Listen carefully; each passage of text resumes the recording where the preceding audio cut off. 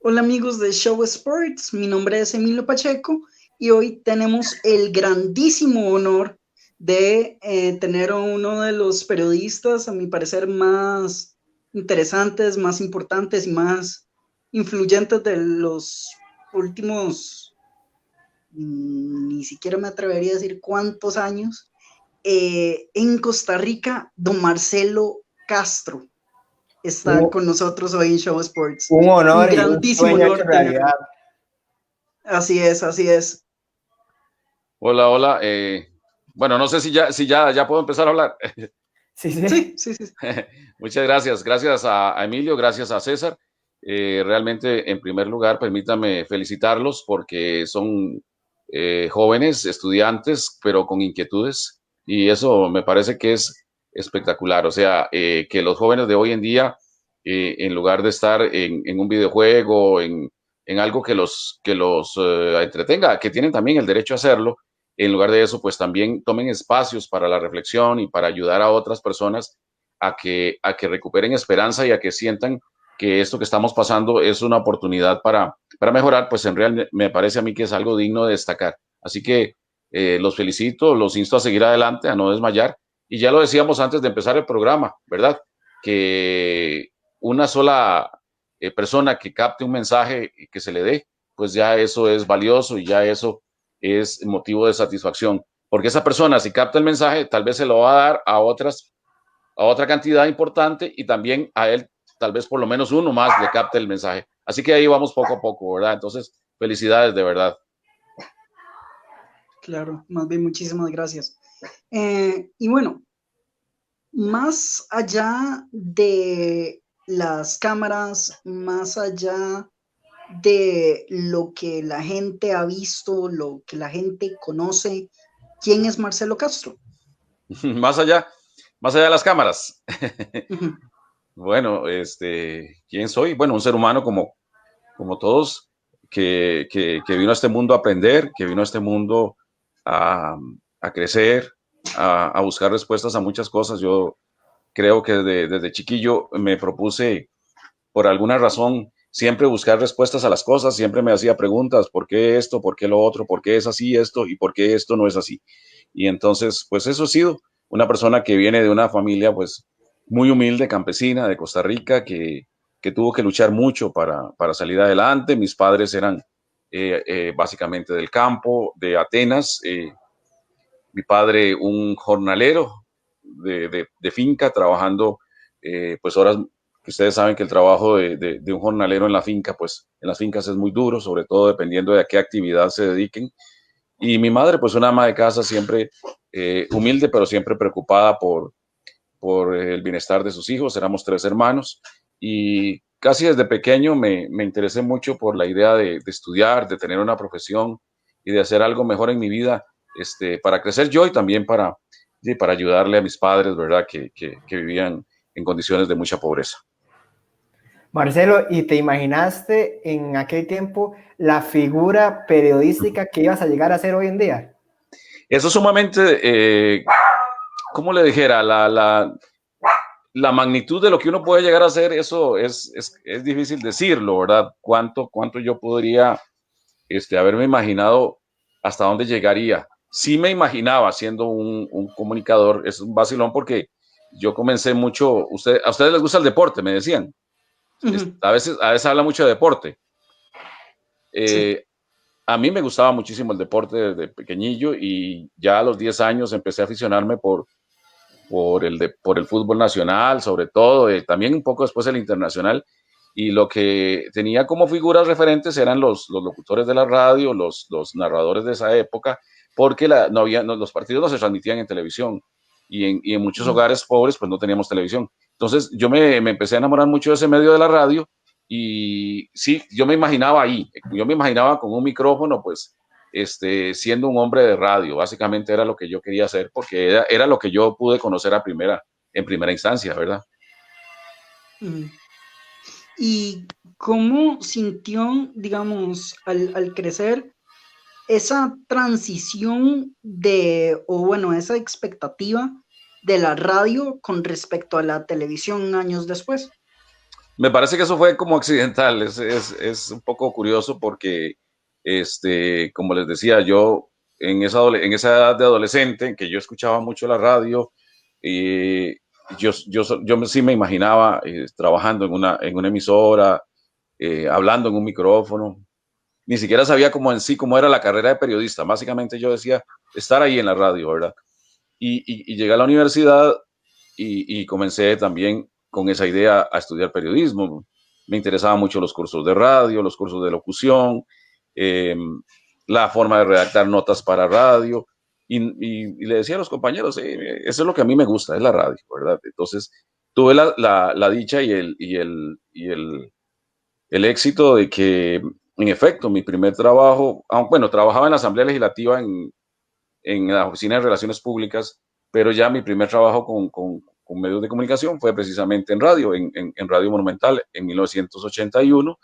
Yo comienzo a trabajar en agosto, primero como practicante y luego en septiembre me contratan como periodista de planta en Radio Monumental. Y ahí estuve 3 años y medio. Pero nunca, eh, seguí pensando siempre en mi trabajo, concentrado en mi trabajo y nunca pensando en la televisión. Aunque, claro, estábamos ahí en la redacción de la radio y veíamos los noticieros de televisión pues todos vamos ahí enterándonos de cómo están las noticias en otros medios, ¿verdad? ¿Qué es lo que están diciendo los colegas?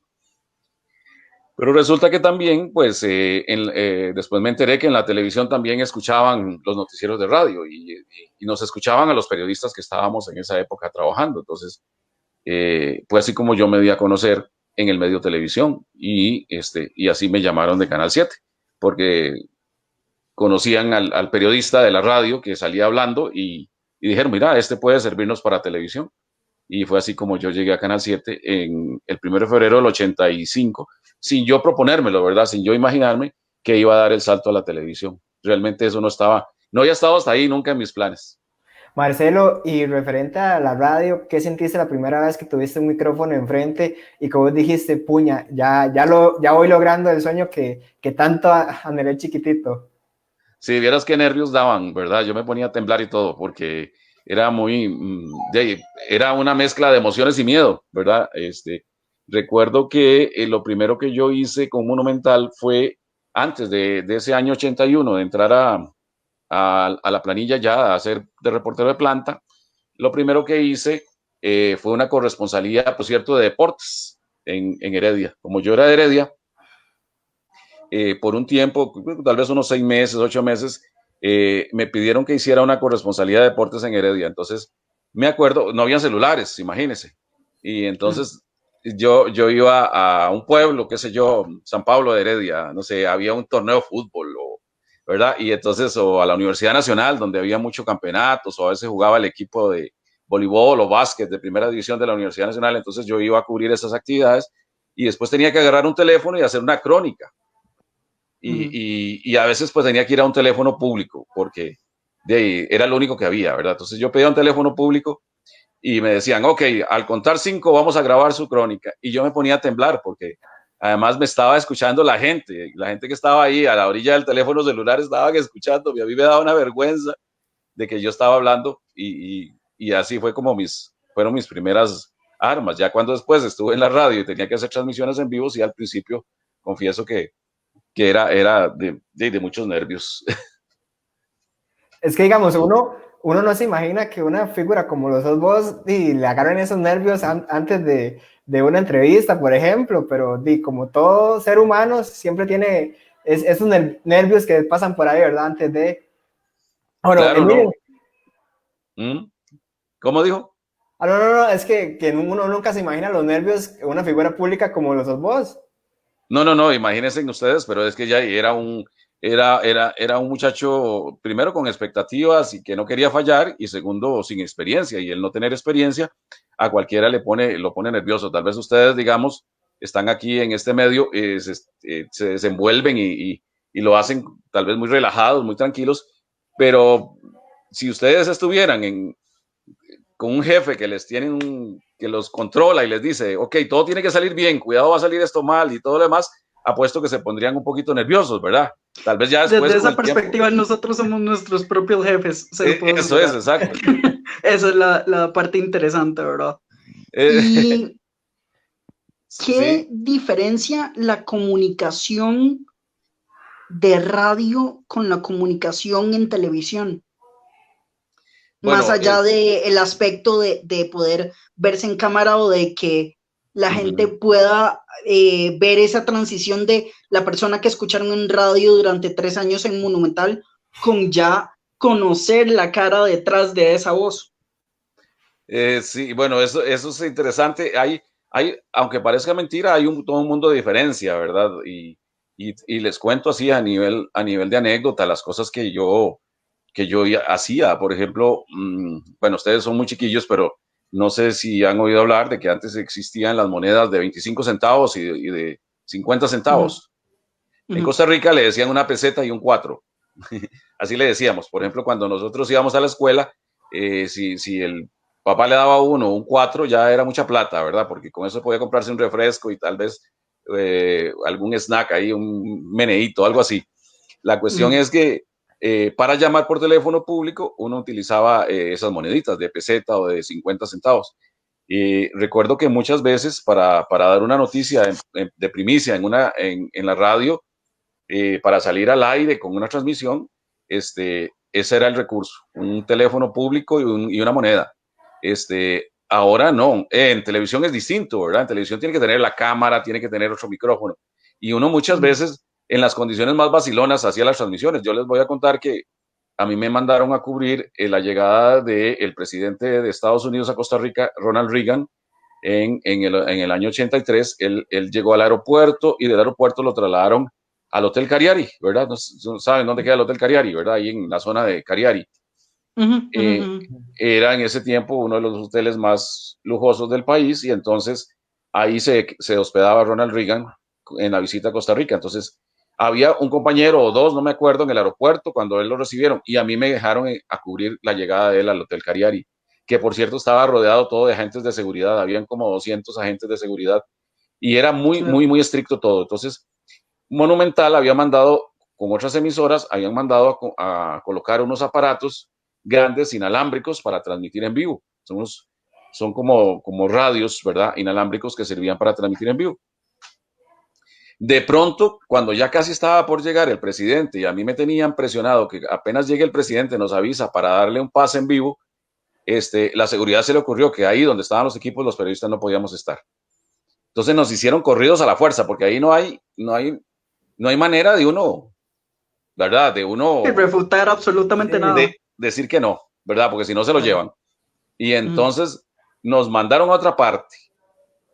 Y eso hace que uno se ponga nervioso y se ponga preocupado. Le voy a incumplir a la emisora. Casi íbamos como arrastrados, todo el grupo hacia otro sector del salón donde iba a entrar el presidente. Y lo primero que me encuentro a mi lado es un teléfono público. Imagínense qué milagro. Entonces, yo solo tengo el teléfono público a mi lado, agarro una moneda, echo la moneda, llamo a la emisora y le digo, esto es lo único que tengo para transmitir este teléfono, así que por favor voy a colgar y llámenme a este número, ¿verdad? Y me tiran al aire. Pues a través de ese teléfono público yo transmití como media hora seguida la llegada del presidente Reagan al hotel. Si no, habría fracasado. No tenía con qué transmitir. Ustedes se imaginan. Entonces la emisora habría quedado mal con eso. Y gracias a eso, a ese teléfono público pude transmitir. Y imagínense ustedes que pues la radio tiene muchas de esas características. De hecho, yo creo que yo estaba transmitiendo y yo estaba como sentado ahí en un rinconcito, ¿verdad? Hecho un puño transmitiendo nada más. Que todo eso la televisión es diferente, ¿verdad? Porque en la televisión tienes que cuidar la imagen, tienes que tener luces adecuadas, tienes que tener la cámara, el micrófono, etcétera, etcétera.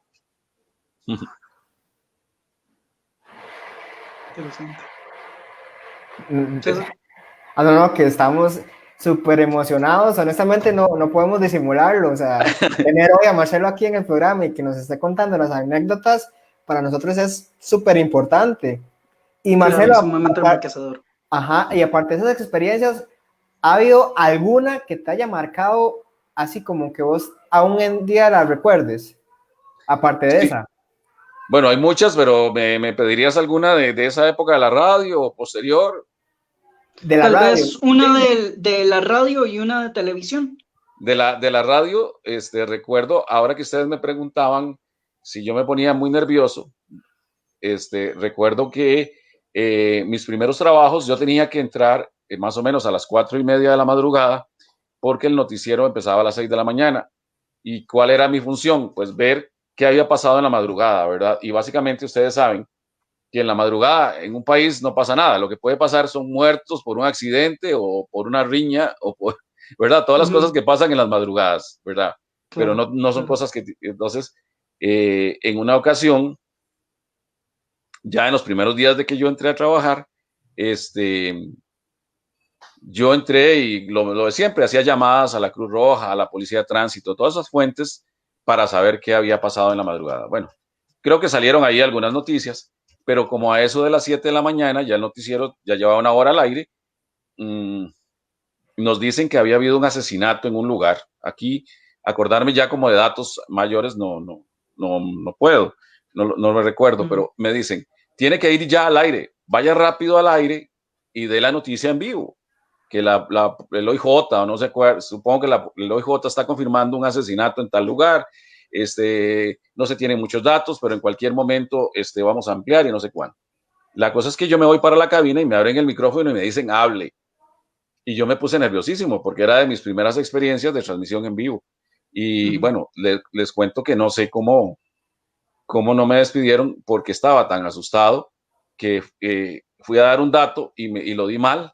Y entonces, así sin pensarlo, ¿qué creen ustedes? Lancé un hijo de putazo al aire. Ay, Dios. El Y ese locutor, sí no se puede editar. y eso no se podía editar porque era en vivo. Y el locutor Claro. sencillamente se quedó paralizado, se quedó blanco. Dijo, Dios mío, ¿qué acaba de hacer este hombre, verdad? Y yo no sé cómo la gente no empezó a llamar a la emisora. En ese tiempo no había redes sociales, pero la gente llamaba a las emisoras y si algo no les gustaba, decían. Yo no sé, Claro. Dios es muy grande porque no me acuerdo ni siquiera que mi jefa se diera cuenta, pero si se hubiera dado cuenta, yo no sé la regañada que me hubiera llevado. Pero era el tal el Claro, susto que claro. lancé el hijo de putazo al aire. Después, eh, la anécdota más fuerte fue que a mí me tocaba cubrir las huelgas, ¿verdad? Las huelgas que habían Ujú, en el país, eh, ujú. porque tenía la fuente de los sindicatos y todo eso. Entonces, para el año 82, cuando comenzó el gobierno de Luis Alberto Monge, en mayo, 8 de mayo del 82, había una huelga de médicos en el país, una huelga que había durado como más de un mes, era una huelga terrible, y entonces entró el gobierno nuevo y el gobierno y entró con la misión de ver cómo arreglaba la huelga, ¿verdad? Cómo se ponía de acuerdo para que los médicos volvieran a trabajar. Y me acuerdo que pasaron varios días de negociaciones y conversaciones y aquello no se terminaba. Hasta que un día nos dijeron que ya venía como el día final, el día en que, en que en que eso se iba a arreglar. Entonces nos mandaron a un periodista, a mí como periodista y a un técnico al Ministerio de Trabajo desde las 6 de la mañana. Hubo que madrugar y nos dicen, ahí se van a quedar y hasta que termine la huelga ustedes para que ustedes den la noticia. La cosa es que ahí entramos a las 6 de la mañana, yo no me acuerdo si habíamos desayunado o no. Llegó la hora del almuerzo y tampoco. Y si acaso nos comíamos unas galletillas por ahí que anduviéramos o alguien se iba y se traía unos Ujú, jugos y unas galletas para seguir ahí, no moverse del ministerio. Cuando eran como las 3 de la tarde, la verdad ya yo estaba cansadísimo, igual que los demás periodistas. ujú. Todavía, y nos llamaban cada rato de la emisora. No hay nada, no hay nada. Estamos listos para dar la noticia. A ver, avísenos, avísenos. Bueno, la cosa es que estaba yo tan tenso que en eso veo que se abre una puerta y sale un grupo de gente, sale un grupo de señores. Y para colmo de males, todos los periodistas salieron corriendo a poner el micrófono. Entonces yo creí que Claro. era que ya se iba a anunciar algo de la huelga, ¿verdad? En aquel enredo yo pedí el pase al aire y entro al aire en la emisora a transmitir. Ujú. Y en eso yo nada más puse el micrófono ahí a ver, porque estaba hablando un señor. Y en eso yo solo escuché que el Ok. señor decía, bueno, hoy no hemos llegado a ningún acuerdo, pero estas conversaciones van a continuar. Y yo de idiota dije, bueno, ya escucharon, a pesar de que ya llevan como 10 horas aquí negociando, no hay arreglo a la huelga. Entonces, al rato devuelvo el pase al estudio, estaba la directora del noticiero, mi jefa, al aire, y dice, bueno, es lamentable lo que nos acaba de informar Marcelo de que no hay arreglo a la huelga. Cuelgo el pase y cuando empiezo a conversar con los periodistas me doy cuenta que no tenía nada que ver con la huelga, la reunión esa que había terminado, y era otra negociación que se estaba haciendo en el ministerio sobre otra cosa. Ay, Dios. Yo me quería morir. Puto cielo. Claro, Y claro, todavía, claro. y todavía para agregarle, no habían pasado ni 15 minutos cuando salieron los señores a anunciar que la huelga se había terminado. Es decir, tuve que pedir un pase 15 minutos después para anunciarle al país que la huelga se había terminado. Pero imagínense, Sí, 15 minutos antes, era una forma muy decente de decir, ¿se acuerdan lo que les acabo de decir? Vieron que al final no. que al final no. Nadie. Y yo tenía apenas, como les voy a contar, eh, 8 meses de trabajar en Radio Monumental.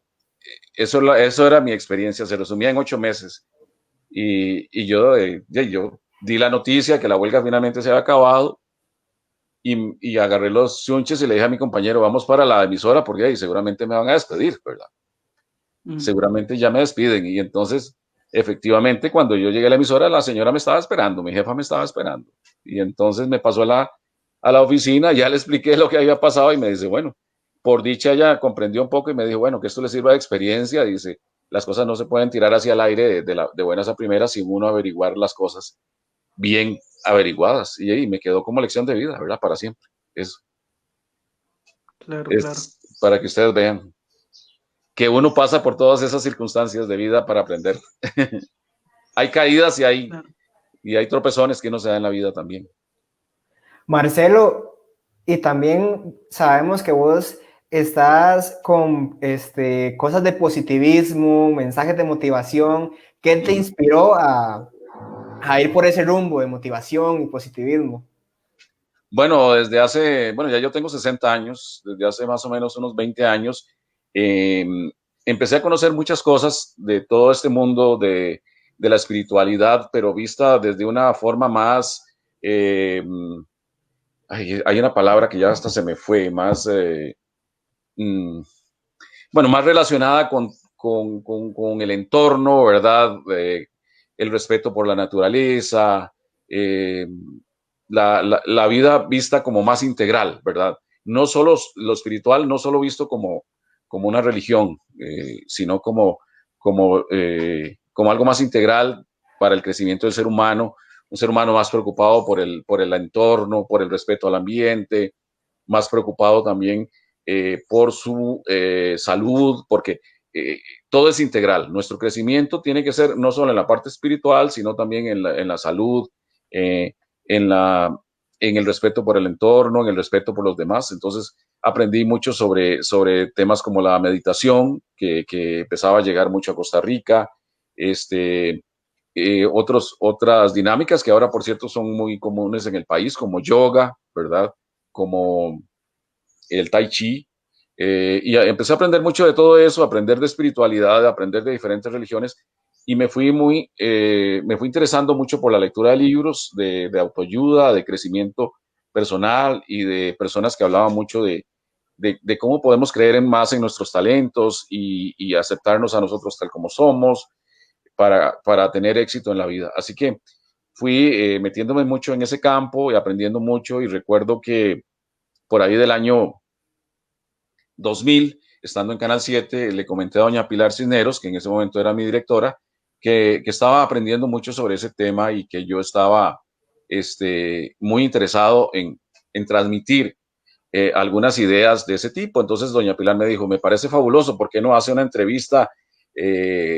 Por ejemplo, podría ser los martes, me dice, los martes en la edición de las 10 de la noche del noticiero, usted puede hacer siempre una entrevista con algún tema de estos que a usted le guste, traer un especialista, un psicólogo, alguien que hable de todos estos temas. Y entonces por mucho tiempo, por tal vez unos 2 o 3 años, estuve haciendo estas entrevistas, y ahí poco a poco me fui identificando más con esos temas. Luego vino la época de las redes sociales, comencé con Facebook y ya entendí como que me gustaba mucho la idea de que Facebook fuera un espacio para uno poder hablarle a la gente, darle consejos.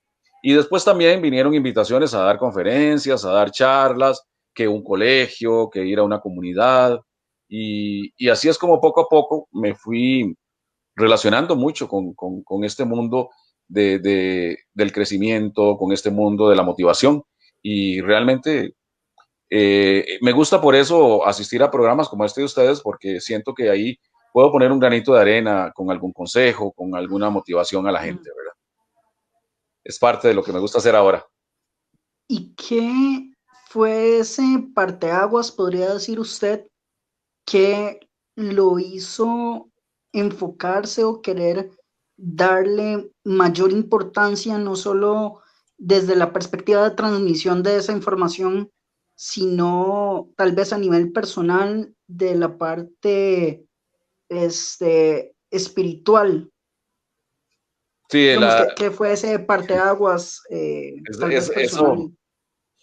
esa es una Sí, se pregunta, puede saber, claro. sí, sí, sí, una pregunta muy buena. Bueno, está muy bien que la haga, se lo agradezco.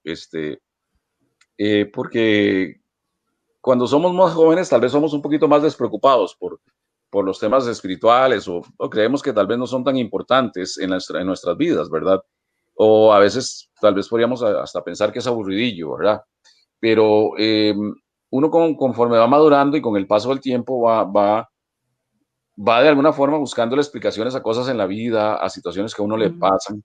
Y puedo decir que he escuchado muchos testimonios de gente que se hizo creyente o entró en el mundo de lo espiritual porque le pasó algo trágico, por un fallecimiento de alguien cercano, por la pérdida de un trabajo, porque entró en una crisis muy fuerte y eso los ayudó a salir adelante. En mi caso, yo digo que soy privilegiado, que soy agradecido con Dios porque yo no viví, digamos, una crisis tan fuerte de esas, pero sí empecé a plantearme internamente una necesidad, empecé a sentir un vacío que yo tenía que llenar con algo. Yo decía, hay un vacío en mí que debo llenar con algo y entonces, gracias a Dios, no fue buscando un vicio, un licor o cosas de ese tipo, sino que fue buscando el campo de lo espiritual.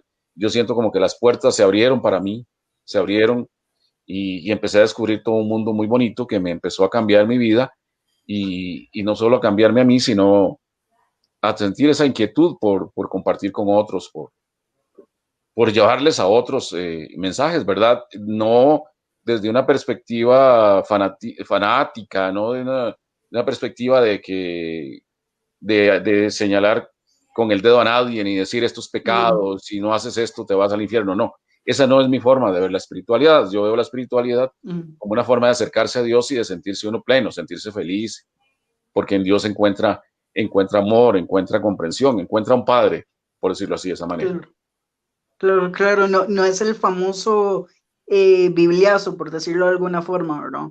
Exacto, no es esa militancia, digamos, cuando se milita en un grupo, una iglesia, una corriente y se asume mucho la actitud extrema del fanatismo. A mí eso, honestamente, gracias a Dios, desde un principio lo entendí que no era como la vía que yo debía seguir. Y yo he leído mucho, por ejemplo, sobre el budismo y me encantan los postulados del budismo, también del hinduismo, que es, creo, de las religiones más grandes que hay en el mundo, porque mucha gente no se imagina la cantidad de gente, por ejemplo, que vive en la India. Entonces, la religión del hinduismo es una de las religiones que tiene más seguidores. Igual el budismo en la parte de China y Japón y otros países. Entonces yo empecé a leer mucho de todo eso y a captar mensajes de todo eso y también siempre me ha gustado como ser muy en eso, investigar mucho y busco respuestas. Entonces empezaba a comparar el pensamiento cristiano o los postulados cristianos con el budismo o con otras religiones, buscando como respuestas a por ejemplo, hay tantas religiones o por qué tantos pensamientos. Entonces me di cuenta que en esencia todo es lo mismo, que en esencia hay un mensaje de que para estar bien en nuestras vidas tenemos que dar amor a los demás, tenemos que respetar las ideas de los demás.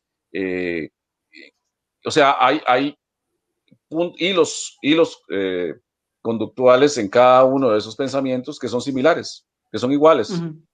Y entonces me di cuenta Incluso, que no es erróneo, ¿verdad? Porque está ujú, en varios postulados, incluso sí, en el Corán de los ujú. musulmanes, por ejemplo. Claro, claro, de hecho eso era un Ujú. punto importante que mucha gente no sabe, que digamos la cuestión del Islam tiene muchos puntos en común con lo que es el judaísmo o con lo que es el cristianismo, porque inclusive dentro del mismo Corán se habla, según tengo entendido, de Moisés, entre otras figuras, ¿verdad? Entonces Claro, es hasta de interesante, Jesús.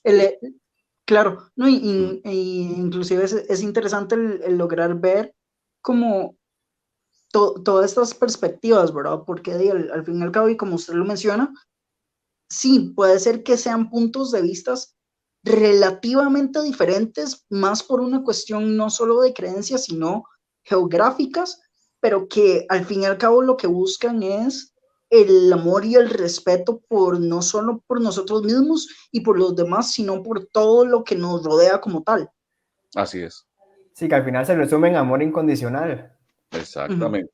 Creo que si lo entienden así, así como lo dice César, si todos lo lográramos entender de esa manera, yo creo que el mundo sería otro. De hecho, he leído y he visto historias de algunos grandes místicos. Uno de ellos que admiro es Francisco de Asís. Y Francisco de Asís, que por cierto tenía mucho la meditación, porque se piensa, por ejemplo, que en el catolicismo nada que ver con la meditación, pero estos grandes místicos de la iglesia meditaban. Y entonces, una de las cosas que me llama la atención, y lo vi en una película, es que Francisco de Asís vivía en la época en que estaban las famosas guerras santas, en las guerras que se libraban en Jerusalén entre los musulmanes y los cristianos. Supuestamente, unos se llamaban a otros los infieles, ¿verdad? Los musulmanes llamaban a los cristianos los infieles, y había esa lucha por la fe, una lucha por la fe que hasta era absurda. Entonces, Francisco de Asís viaja hasta ese lugar con una muy buena intención en su corazón de hacer entender a los líderes de ambos bandos que era absurdo hacer una guerra en nombre de Dios y que los dos estaban cometiendo el mismo error, hacer una guerra en nombre de Dios. Y además de que yo siento que a Dios no hay que defenderlo, no hay que hacer una guerra para defenderlo, ni hay que pelearse con nadie para defenderlo. Y entonces yo veo algo como admirable en eso, ¿verdad? Porque en realidad los seres humanos, parte de las guerras crueles han sido en nombre de Dios, muy lamentable. Sí, sí, de hecho, inclusive eso es una de las cosas que me pongo a pensar, que lastimosamente en la historia muchas guerras y muchas situaciones se hacen supuestamente en nombre de Dios y se crean guerras para esperar o para querer tratar de transmitir una paz mediante la creación de una guerra sin saber que Dios es amor incondicional, como lo decía César anteriormente, ¿verdad? Entonces esa parte de la contradicción tal vez humana con respecto a lo que es verdaderamente una relación con Dios o digamos con algún ente superior, ya eso va a depender mucho de cada quien, es interesante, pero reitero, tal vez lógicamente contradictorio, por decirlo de alguna forma, porque, bueno, al fin y al cabo todos somos seres humanos y todos erramos, ¿verdad? Así es. Ya, tal vez, bueno, no sé si iba a decir algo, perdón. No, yo les decía así que si tenían alguna otra pregunta sobre eso, no sé si César tiene alguna pregunta sobre eso o si no pasamos a otro tema. No, lo que te quería preguntar era que nos estás contando todo, ¿qué le dirías a tu yo del pasado como mensaje para que siga y le siga poniendo para la persona que sos hoy en día? ¿Qué mensaje le darías? Eso me encanta a mi yo del pasado, ¿verdad? Ajá. Digamos que nosotros tres en estos momentos, en esta circunstancia en que estamos coincidiendo, los tres podemos hacer ese ejercicio de volver a ese pasado. ¿Y cuáles son a veces las reacciones de nosotros como humanos? A veces, no sé si les pasa a ustedes, pero vuelven a ver al pasado y se reprochan cosas. O dicen, me arrepiento de tal cosa. O dicen, qué bárbaro fui. O hasta usan calificativos fuertes. ¿Les pasan algo? Sí, pero digamos, el hecho de haber pasado por esas situaciones o el hecho de haber cometido esos errores es básicamente por lo cual estamos hoy aquí, ¿verdad? O sea, si no Claro, hubiese sido por esas situaciones, no seríamos físicamente, emocionalmente, mentalmente, inclusive espiritualmente las personas que somos hoy en día. Entonces, muy exactamente. a pesar de que sí, es humano pensar, hubiese hecho algo diferente, hubiese querido hacer algo diferente, hubiese Claro, querido actuar de otra forma, preguntar algo, digamos, hacer una pregunta diferente, hacer una entrevista diferente. Al fin y al cabo, reitero, es la razón, eh, son esos errores o esas lecciones, por decirlo de alguna otra forma, que nos forjan a quienes y nos hacen, somos hoy en día. Entonces, y nos hacen sí, no, crecer. no, claro. Y digamos, más allá que arrepentimiento es una cuestión de pensamiento de ojalá hubiese sido diferente, pero reitero, vuelvo al pensamiento de sí, hubiese querido que fuese diferente, pero si no hubiese sido por eso, no sería quien soy ahora. Entonces, no. Exactamente. Sí, ¿Y César también, qué piensa? no, que Dios tiene propósitos en la vida, ¿verdad? Y cada Mm, circunstancia que uno pasa es por algún propósito que uno en el momento no lo ve, pero con el pasar del tiempo, vos, te llenas como de fe, como de, ok, Mm. gracias a eso, pude sobrepasar circunstancias. Claro, entonces ahí yo les preguntaba porque voy a eso mismo. César decía, tenemos que desarrollar el amor incondicional. Al fin y al cabo, yo creo que Dios lo único que nos pide como seres humanos es eso, es amar. Es decir, el amor ujú, visto desde la manera incondicional, ¿verdad? Eh, ujú, y entonces creo que fundamentalmente para comenzar uno a estar bien es lo primero, a la primera persona que tiene que darle amor incondicional es a uno mismo, porque si uno no se da ujú, amor incondicional a uno mismo, si uno no se acepta a uno mismo, entonces ujú, vive en conflicto con uno y con el entorno, y entonces no va a ser capaz de dar amor a los demás. Entonces, ustedes ven un niño pequeño que se cae y le dicen, y le dan la mano y le dicen, levántese, usted puede, ¿verdad? Eh, eh, Así igual podemos ver a un adulto que comete un error y le podemos decir, usted puede cambiar, usted puede hacer las cosas distintas. Eso es amor incondicional. Pero cuando no estamos, no nos hemos aceptado a nosotros mismos, cuando incluso nos rechazamos a nosotros mismos, porque hay gente que se aborrece a sí mismo, ¿verdad? ujú, Porque tal vez lo llenaron de culpas, porque tal vez tuvo muchos problemas. Entonces, ¿qué pasa? Esas personas no son capaces de desarrollar buenas relaciones con los demás. Entonces, sus relaciones de pareja fracasan, sus amistades no son buenas. Entonces, esa enseñanza para mí es fundamental. Entonces, cuando yo digo, ¿qué le diría a mí? Ustedes me preguntaron, ¿fue Emilio o fue no fue César? César. César. ¿Qué le diría yo a mi yo del pasado, verdad? Tengo que decirle que lo amo y lo acepto como fue, porque en ese amar y en ese aceptar como yo fui en el pasado, ahora yo puedo estar más tranquilo conmigo mismo. De lo contrario, podría estar yo en conflicto con ese yo del pasado, ¿verdad? ¿Qué les parece? Así es, así es. César, no sé si crees que empecemos con las dinámicas. Sí, ahora, digo, vos siempre te encargas de las dinámicas. Ok, Okay. bueno, en principio, digamos, ya eso fue más el Marcelo en cámara, el Marcelo en radio, pero ahora queremos saber de Marcelo un poco más allá de esto. Está bien. Bueno, tal vez en principio para romper el hielo, más allá o un poquito antes de las dinámicas, comida favorita. Todo lo tico, olla de Ok, carne, Qué rico, torta de sí. huevo, arroz y frijoles. Me vacilan mucho porque yo por mí me puedo pasar todos los días comiendo gallo pinto en el desayuno. claro. Y ojo que yo como de todo, ¿verdad? Porque me dan comida china, la como, comida mexicana la como, peruana la como, la carne, el asado argentino, todo eso me encanta, la comida colombiana. Pero definitivamente si me dicen que de una favorita es lo tico, ¿verdad? Todo lo tico, con lo que yo crecí. Qué rico una olla de carne ahorita. Ah, a ver, Sí, con estos claro. fríos. Digamos, bueno, ya que menciona comidas de países extranjeros, ¿cuál ha sido la comida más extraña que ha tenido la oportunidad de probar? Debo confesar que tuve un viaje a Corea del Sur y no pude tolerar la comida coreana. No pude tolerar el sabor, los olores, los aromas de la comida coreana. No pude.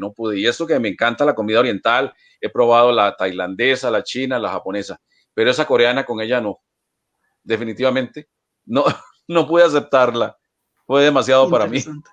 Sí, sí, Sí, sí. tienen ciertas combinaciones de sabores bastante interesantes. O sea, he visto sobre un pan que es como en forma de pescado, Ajá. pero que rellenan de frijoles que endulzan. Ujú. Por alguna razón, no entiendo por qué. O sea, entiendo que es una cuestión cultural, pero no Son entiendo por qué. todo. Todo lo que es interesante cuando uno ve este tema de gastronomía, aunque yo no soy un estudioso ni un investigador de ese tema, pero ver cómo todo se circunscribe al entorno en que crece el ser humano, ¿verdad? Por eso, Sí, yo creo que claro. el ser humano, somos seres humanos, ¿verdad? Pero yo creo que somos maravillosos, ¿verdad? Nos adaptamos a todo, a todas las circunstancias, y todo es muy en función cultural del lugar donde vivimos, de qué es lo que crece en el lugar donde vivimos, ¿verdad? También, porque Claro, no vas a pretender cocinar arroz o frijoles en Egipto si ahí no crecen los frijoles, ¿verdad? Entonces, todo claro, depende del claro. entorno donde vivimos. Por ejemplo, yo tuve la gran oportunidad, la dicha de estar en la isla de Pascua, que es un lugar que está ya perdido Ah, en el Pacífico Sur, y es un lugar muy árido, casi no se produce nada. Entonces, y lo que la gente pasa ahí comiendo es pescado. ¿Por qué? Porque es lo que pescan claro. y es lo que más tienen. Entonces lo hacen en diferentes formas y todo, pero tienen muy poco producto nativo, ¿verdad? Ya ahora obviamente llegan de otros países alimentos, Claro.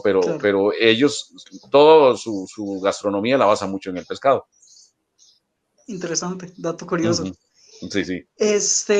Y bueno, ya empezando por las dinámicas, nosotros tenemos básicamente tres dinámicas. Ujú. Tenemos la isla desierta, tenemos las palabras y tenemos las repreguntas. Ok. En principio, la isla desierta es si usted en este momento tuviera la situación de estar en una isla desierta, ¿qué tres cosas llevaría con usted? O sea que yo tenga que llevar para sobrevivir, sabiendo que voy a estar ahí. Sí, digamos, en este momento, usted, el avión en el que estaba se estalló contra una isla desierta. ¿Qué tres cosas agarraría de ese pedazo de metal y las agarraría para tratar de sobrevivir? Bueno, tal vez un cuchillo, algo que me sirva para cortar alimentos, no sé. Tal vez una pedazo de tela, una frazada, algo que me sirva para acostarme o para dormir. Ujú. Y algo de agua por aquello de que no encuentre agua rápido. Ok. Ajá. Bueno, luego las palabras. Es un Sí. juego de asociaciones. Yo le voy Ujú. a dar un máximo de 5 palabras y usted me va a decir la primera palabra o la primera frase que le venga a la mente a partir de ahí. ¿Listo? Bueno, vamos a asociarlo. Ok. Dios, La fuerza suprema. amor, Lo que da el motor del universo. Patricia Taborda. Una gran amiga. ¿Qué pasó? ¿Usted la conoce? dato curioso, la semana pasada tuvimos la oportunidad de tenerla. Ah, ya, entonces, con razón me dijo que estaba viéndonos. Ahí me mandó un mensaje. Ay, saludos, Patricia. Sí, sí. Sí. Ok, Costa Rica, Un país adorable. periodismo. Un apostolado. Y por último, Marcelo Castro. Ay, un ser humano en busca de aprender. Interesante. Ahora la parte de las repreguntas, ya que nosotros tuvimos el grandísimo honor y reitero mi agradecimiento por esta oportunidad, quisiéramos ver si usted tiene algunas preguntas o alguna pregunta hacia nosotros. Un máximo de 10 preguntas, un mínimo de 5, ya sea solo a mí o solo a César o a los dos como conjunto. A ver, cada uno de ustedes, ¿qué haría en este momento si les tocara el reto de ver qué hacen para sobrevivir en medio de la pandemia, digamos, de hacer algo que les genere un ingreso? César. De hacer algo que me genere un ingreso. Sí. Bueno, antes de generar algo, primero pensaría en, a la hora de generarlo, también ayudar a las demás personas. Por ejemplo, ponerme a, qué sé yo, a vender panes, y de eso, del fondo de eso va para las personas de escasos recursos que le están viendo peor que uno en el momento de la pandemia. O sea, eso lo haría de esa forma. Excelente. Emilio. Bueno, obviando el hecho de que sí trabajo actualmente, y tomando en cuenta de que no tuvieras esa oportunidad, tal vez utilizar mis conocimientos de derecho y hasta cierto punto de habilidades blandas como para crear contenidos en internet para ayudar a otras personas, tal vez ayudar a otras personas a crear. La señora de fondo es la mamá de César. Ajá, estoy escuchando. Sí. Don Marcelo, sí. ¿Le puedes enviar un saludo a Lisnet Rodríguez Arguedas, que es mi mamá, por favor? Dígale que yo bueno. Muchas gracias. Dígale que ahí la escuché. Dice que le mando un gran saludo. Que le mando un gran saludo. Un abrazo. Algo me dice que doña Lisette no va a dormir hoy. Entonces, bueno, como le decía, obviando la oportunidad de trabajar en lo que trabajo actualmente, tal vez tratar de ayudar a los más necesitados, no sé, con recolección de víveres, recolección de ropa, creando tal vez charlas motivacionales, que es una de las cosas más importantes y más enriquecedoras desde mi perspectiva, que ya inclusive he tenido la oportunidad de hacer unas cuantas, ya que, bueno, aunque no se ve en cámara, soy usuario de silla de ruedas por una malformación congénita. Entonces, sí, como a partir de ahí tratar de, bueno, evidentemente ayudar a mi casa en lo que se pueda, básicamente tirarme a la calle, no hay de otra, literalmente. Perfecto. Me parece muy bien. Ustedes hablan de eso, me parece que justamente los jóvenes tienen que interesarse, porque yo creo que son los que van a asumir el rol de líderes de la sociedad. ¿Cómo debe ser un líder moderno para ustedes? Yo creo que es importante que ustedes como jóvenes perfilen cómo debe ser un líder moderno. Y no solo estoy hablando de ser presidente de la República, diputado, sino de liderazgo en general, porque si algo necesita la sociedad es liderazgo.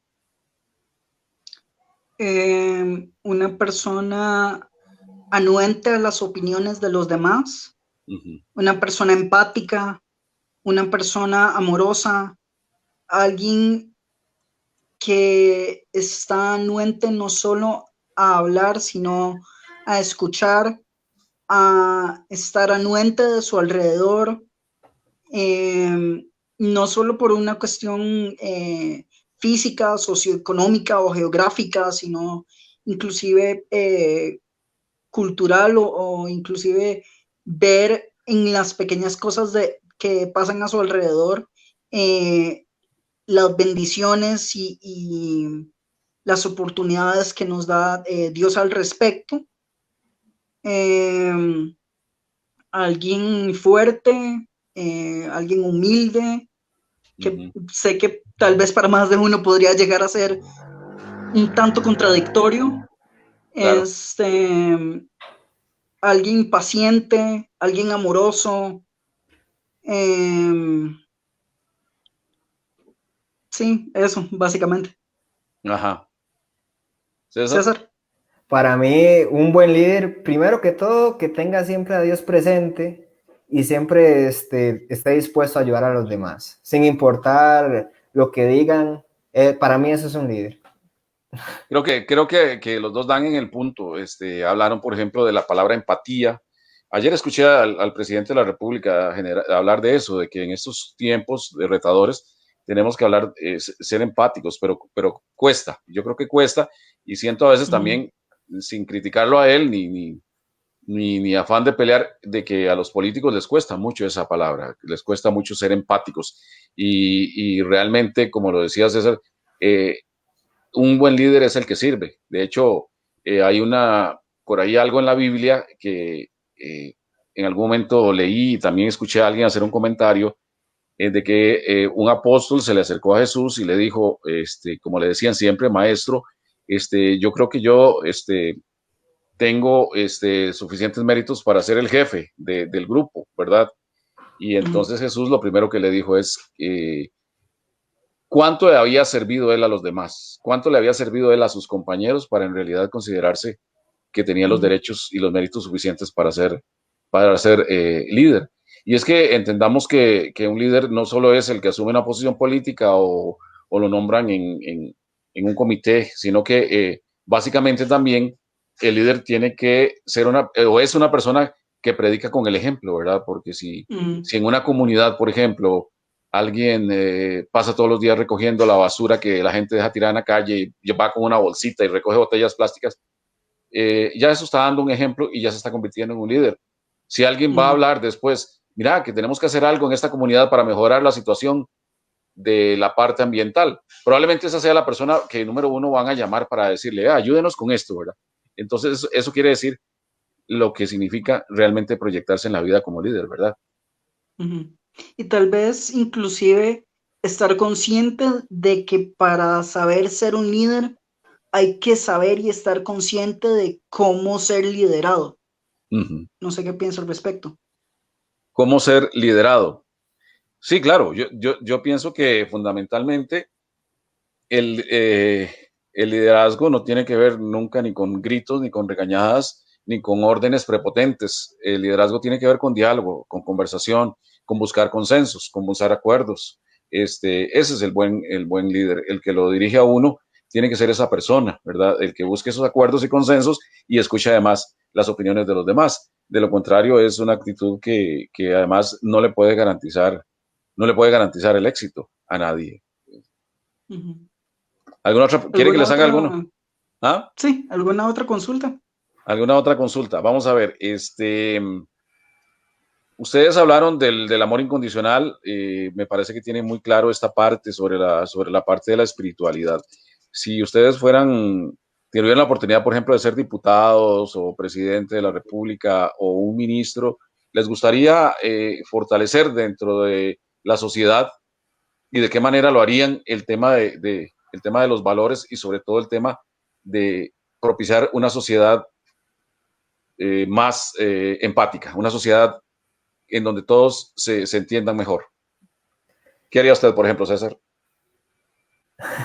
Yo creo que esta pregunta, más que todo, Emilio se muere por contestarla y vas a ver. Sí, vas a ver por qué. Ay, ¿En serio? Yo sabía. Sí. Lo conozco. Bueno, en principio, como lo decíamos, bueno, y sé que lo dice principalmente porque estudió Derecho. Cabe recalcar eso. Pero, bueno, digamos, el hecho de tratar de ser empáticos, el hecho de, como usted decía, predicar con el ejemplo, uno no le puede exigir a los demás algo que uno no ha cambiado en uno. Uno no puede pretender que el mundo sea más empático, que el mundo sea más amoroso, que el mundo no sea racista, que el mundo no sea xenofóbico, que el mundo no sea homofóbico, entre otras, si uno no lo es. Exacto, Entonces, exacto. predicar con el ejemplo me parece una de las cuestiones más básicas. El hecho de amar al prójimo, el hecho de que todos estemos conscientes de que, bueno, que inclusive las personas que son los diputados y las personas con cierto poder estén conscientes de que, inclusive lo dice la misma constitución política, el poder es del pueblo, simplemente los diputados o el poder de legislar es del pueblo. Los representantes de ese poder son los diputados, las personas que uno, tomando en cuenta el poder o tomando en cuenta esa idoneidad que tienen, uno los pone ahí es por algo, porque uno tiene ciertas expectativas. También claro, hay que tomar en cuenta que, bueno, como se ha visto en la historia, como se dan en muchos casos de la Biblia, no se eligió en muchos casos o no se ha elegido al capacitado, sino que se capacita al elegido, que es el elegido en su ser, en su yo, en su interior, que se da cuenta no solo el poder que tiene de influencia o de liderazgo con otras personas, sino que se da cuenta de que, y tal vez voy a decir algo demasiado evidente, de que vivimos en sociedad, de que no es solo lo que me beneficia a mí, sino lo que puede beneficiar a los otros, que esté consciente de que si uno quiere cambiar al mundo, quiere cambiarse a uno mismo. Si uno quiere avanzar, se tiene que dar cuenta de que uno no está empujando o no está tirando abajo a las demás personas, sino que todos somos un gran engranaje y que todos estamos por y para una razón. Claro. ¿Ustedes creen que va a haber, digamos, la opción de que, por ejemplo, ustedes que son tan jóvenes, visualizan una sociedad así, una sociedad diferente, una sociedad donde no exista la prepotencia en el poder, sino donde los líderes piensen en las mayorías? La esperemos, la queremos y la necesitamos, y a mi parecer esta situación del COVID podría llegar a ser la gota, en el mejor de los casos, que puede derramar esa necesidad de entendimiento y de amor por el prójimo. ¿Qué dices, César? Yo sí tengo fe.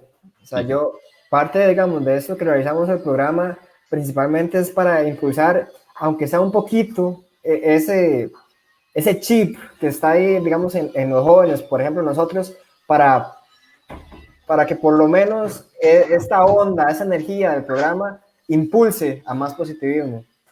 Me parece fabuloso. Yo creo que el futuro está en manos de ustedes y que, como usted lo decía también, Emilio, cada uno tiene que hacer un cambio si desea ver un cambio. O sea, creo que fue Gandhi el que dijo, sea usted el cambio que quiere ver en el mundo, ¿verdad? Si yo primero me transformo, si yo primero hago un cambio, estoy empezando a lograr que mi entorno también cambie. Porque primero, no sé, un hermano te va a ver y va a decir, mira, ¿qué fue lo que hizo que lo veo diferente? Y cuando él se dé cuenta, probablemente él va a hacer lo mismo. Y un amigo de él lo ve y lo va a hacer lo mismo. Entonces, eso es el encadenamiento que se va dando, ¿verdad? Que hace que sea importante que cada uno de nosotros, en lugar de esperar que los demás cambien, cada uno de nosotros empiece haciendo un cambio en sus vidas, ¿verdad?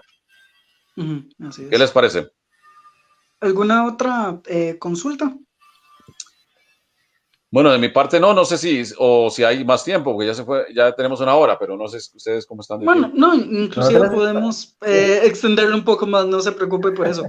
Más bien, creo que las personas que vayan a ver el programa y que lo están viendo, están agradeciendo muchísimo este mensaje, el hecho de tenerlo aquí, el hecho de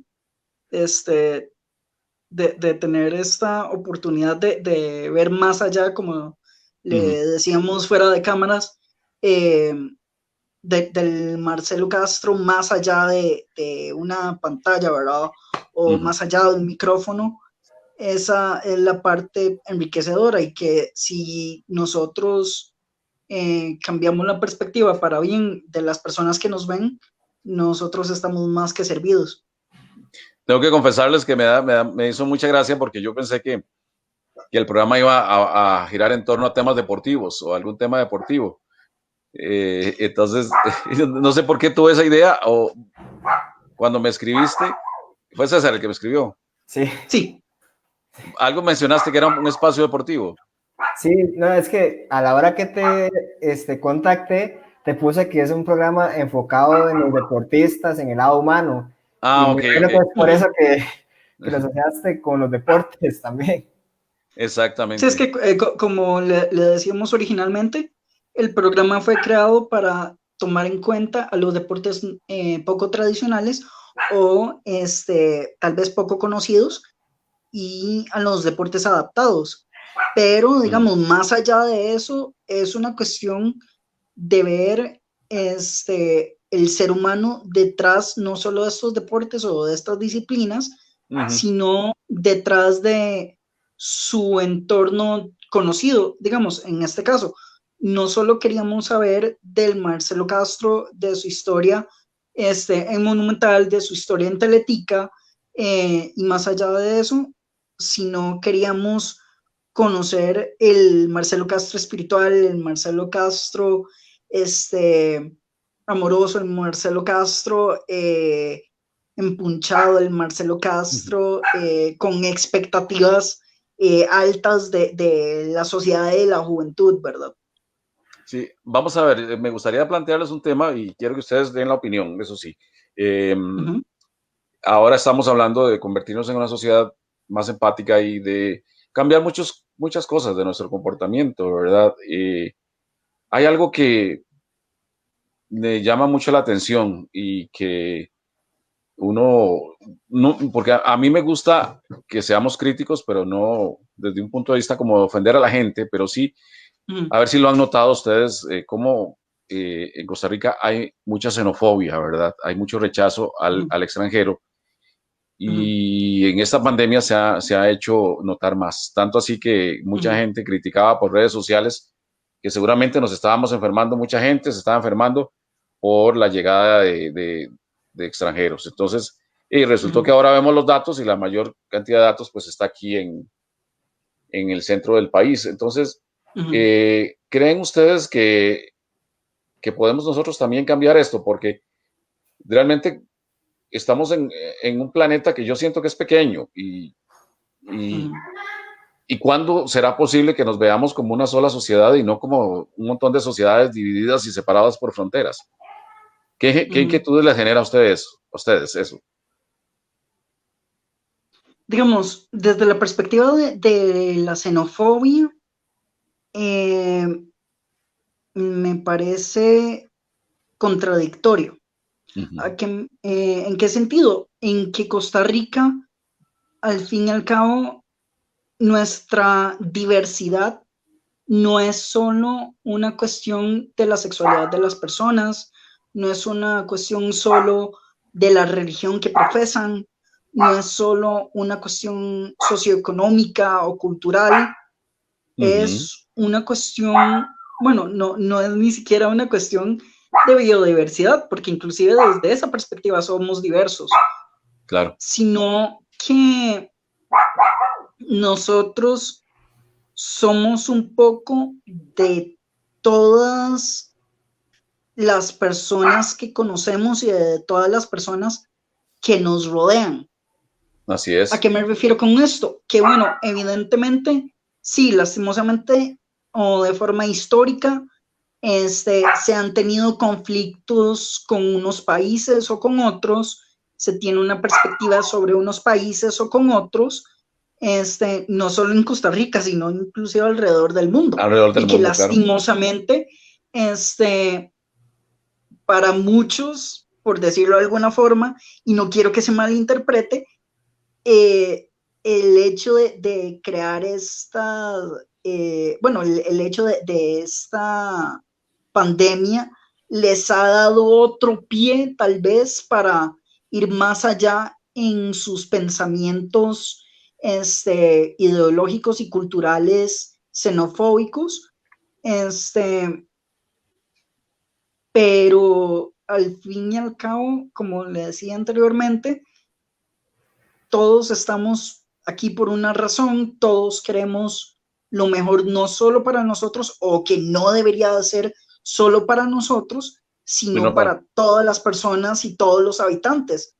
Porque sí, el ciudadano es el costarricense mayor de 18 años con ciertos deberes y con ciertos derechos establecidos en la Constitución política, pero eso no quiere decir que esos derechos sean solo para los costarricenses, que sí, yo sé que desde la perspectiva de muchos podrían decir, pero es que debería ser de esa forma, y no, porque al fin y al cabo todos estamos aquí por una razón, todos estamos aquí para una razón, y el hecho de conocer otras culturas, otros países, y de ser cubiertos por el mismo cielo y por el mismo techo, eso es lo que nos debería no de diferenciar, sino de enriquecer como seres humanos.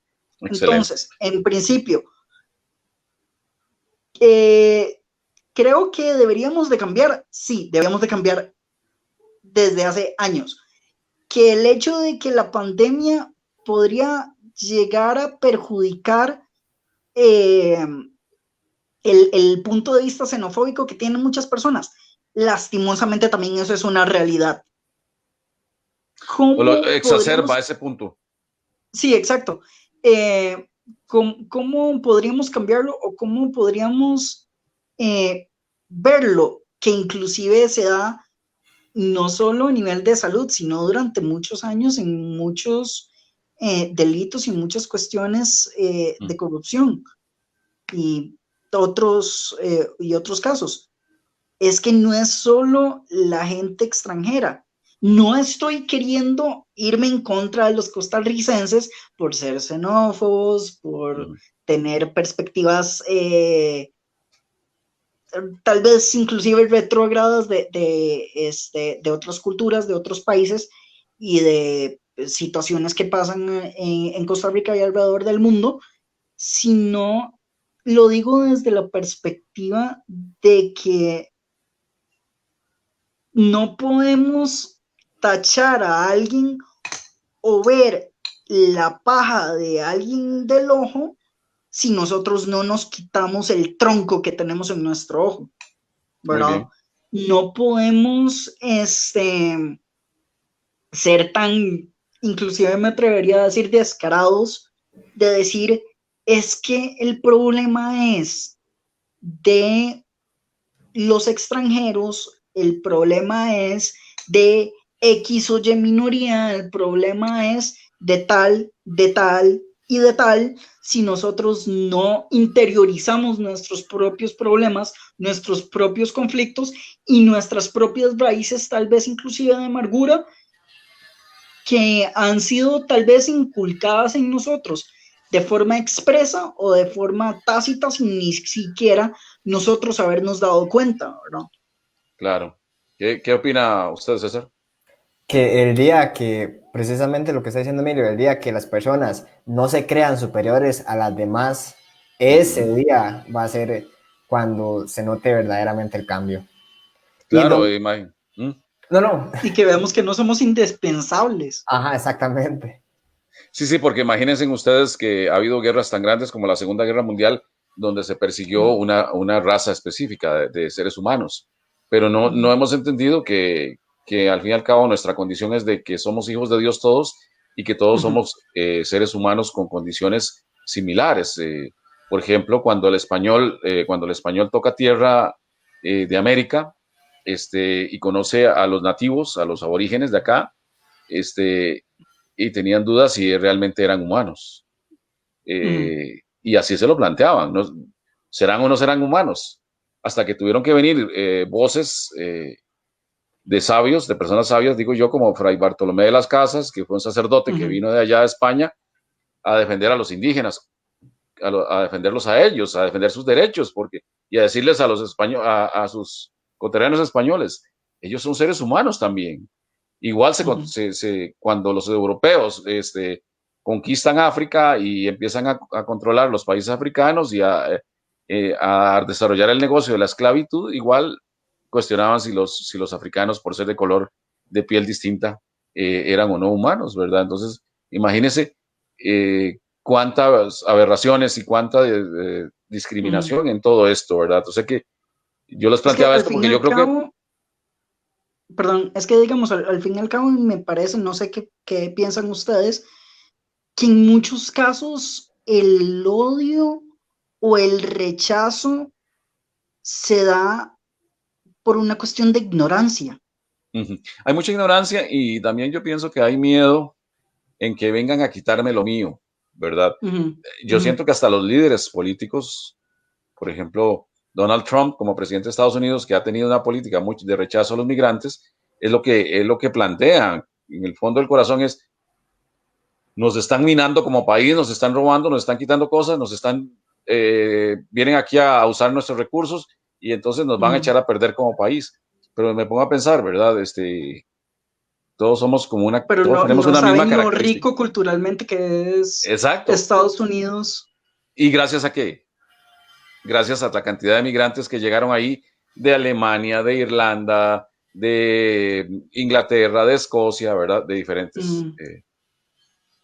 Sí, inclusive que nosotros hasta cierto punto, o bueno, en muchas culturas se dan ciertas como xenofobias ante ciertos países o a ciertas culturas, pero sin darse cuenta que, digamos, veámoslo desde esa perspectiva, las personas que recogen café. Muchos cafetaleros, sí, son costarricenses, inclusive mi bisabuelo lo fue en su momento, pero lo que no nos damos cuenta o no queremos ver es que las personas que recogen café, las personas que han estado ahí, tal vez más de un tiempo para acá, son extranjeros. Las personas que en Estados Unidos tienen los peores empleos, tienen los empleos que nadie quiere, tienen los empleos con menor remuneración económica, que no estoy diciendo que ese sea el tope cultural que merecen esas personas en esos países, no en lo absoluto estoy diciendo eso. Lo que pasa es que no nos damos cuenta que lo que no queremos, que lo que no apreciamos, que lo que sentimos que no merecemos, entrecomillado, eso sí se lo damos a los extranjeros. Pero lo que nos merecemos, lo mejor, lo que nos beneficia, lo que nos mejora, eso sí lo queremos para nosotros. Claro. Entonces, bueno, esa es la perspectiva como egocéntrica que tenemos, ¿verdad? Así es, no cabe duda que sí, en eso hemos tenido muchísimo que aprender, ¿verdad? Demasiado. Ya hablamos incluso de la perspectiva religiosa, cómo se maltrata a otra persona por no pensar de la misma manera que uno en materia religiosa. Entonces, desde ese punto de vista, creo que como humanidad tenemos que cambiar muchas cosas, pero yo, bueno, al escucharlos a ustedes y a otros jóvenes, pienso que hay muchas esperanzas de que el mundo a futuro sea distinto, o sea, de que la casa, porque esta es una casa nuestra, es una sola casa, y pues sea distinta, sea una casa agradable para vivir, donde todos realmente practiquemos ese amor incondicional del cual estamos hablando, y que a veces, o no, a veces no, normalmente los políticos yo siento que hasta les da pena hablar de eso, hablar de convivencia pacífica, hablar de amor incondicional, hablar de amor, de respeto a los demás. Es decir, les cuesta, no sé por qué, razón y sería, yo siento, hasta en el fondo lo más importante que deberían plantear para tener una sociedad mejor, ¿verdad? Porque de lo contrario, ¿qué es lo que está prevaleciendo? Pues una sociedad muy dividida y muy egoísta, ¿verdad? Una sociedad también muy desigual y esa es la parte más dolorosa, la desigualdad de la sociedad. Bueno, y ahí jóvenes, yo creo que de mi parte me siento, bueno, primero complacido y agradecido con ustedes, complacido por haber tenido una charla tan bonita, tan edificante y que espero que también quienes nos vieron hayan no aceptado todo lo que nosotros le decimos, porque pueden no aceptarlo, pero lo más importante es tomar ideas y decir, sí, bueno, hay que cuestionarse tal cosa, hay que pensar en esto, o cómo podemos mejorar en otra cosa, ¿verdad? Un honor para nosotros. Ajá. No solo nosotros estamos sumamente honrados por esta oportunidad, sino que, bueno, le agradecemos profundamente por su tiempo, por su conocimiento, por lo que ha hecho, no solo por el programa en este momento, sino por lo que ha hecho por el periodismo a nivel de Costa Rica, por lo que ha hecho por el país, inclusive me atrevería a decirlo. Entonces, bueno, nosotros tenemos una libreta que no sé si la tenés a mano, César. Ok, no, ahí está. Nosotros tenemos esa libreta. Esa libreta es de Show frases. Sports, así es. ¿Cómo se pronuncia? Show Sports. Sí. El apellido de César, como lo mencioné anteriormente. Claro. Nosotros tenemos esa libreta. En esa libreta nosotros tenemos mensajes, tenemos frases, tenemos palabras que nos han dado las personas que hemos tenido la grandiosa oportunidad de entrevistar en estos ya casi 2 años. En septiembre se cumplen 2 años del programa. Entonces, excelente. Quisiéramos saber si usted nos pudiera regalar alguna frase o algún pensamiento para agregarlo e inmortalizarlo en nuestra libreta. Claro que sí, con mucho gusto. ¿Pero quiere que se los dé ya o se los mande por...? Mejor que sea sorpresa. Está bien, yo se los mando. Para verlo Perfecto. Bien, para pensarlo bien. Perfecto. Entonces, bueno, de mi parte, mi nombre es Emilio Pacheco. Esto fue Show Sports. Marcelo Castro, un honor tenerlo en el programa. Reitero nuestro agradecimiento y nos vemos más tarde en Show Sports porque tenemos otras entrevistas por Instagram. No se lo pueden perder. Bendiciones. Bien. Muchas gracias a ambos. Realmente sigan adelante y recuerden que en todo lo que se haga hay que pensar siempre, yo creo que ya tengo mi frase, hay que pensar siempre en la posibilidad de poner un granito de arena para obtener un mundo mejor. Así es. Adelante. Bueno, buenas reitero, tardes. Soy Emilio Pacheco, este es mi compañero Julio César Chauvé. Tuvimos el honor de tener a Marcelo Castro. Nos vemos más tarde. Bendiciones. Bendiciones. Chao.